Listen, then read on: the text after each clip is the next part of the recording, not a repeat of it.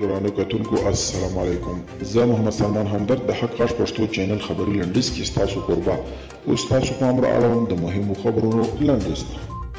یو شمېر مسافر د هرات غور په لویه لاره په بند بیان سیمه کې د واورې ورېدو او طوفان له کبله بند پاتې دي. دغه مسافر چې شمېر یې له 150 نه اوړي وایي چې ښځې او ماشومان هم ورسره دي او په سخت حالت کې دي. که بیړنۍ مرستې په وخت ور ونه رسېږي ممکن چې تلفات به ولري. پکتیا ولایت کې د افغانستان د بېلابېلو ادارو اړوند افغان امنیتي او دفاعي ځواکونو لخوا د یونیفورم په کارولو کې بې نظمي او ګډوډي خلک اندېښمن کړي دي.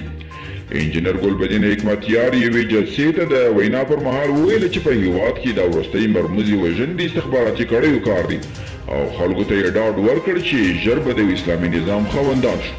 د بشري حقوقو کمیشن ډایرکټر کینیت راوټ وایي د بشري پلټنې ته بشپړې پلټنې ته اړتیا ده ځکه چې د کریمه بلوچ د بلوچستان د دوهم پاکستاني ناخوښ فعاله ده چې په روان کال کې په جلا وطنۍ کې ژوند کوي. د هغې جسد په ټورنټو کې وموندل شو. پاکستاني چارواکو هغې ته په بلوچستان کې ګواښونه هم کړي وو.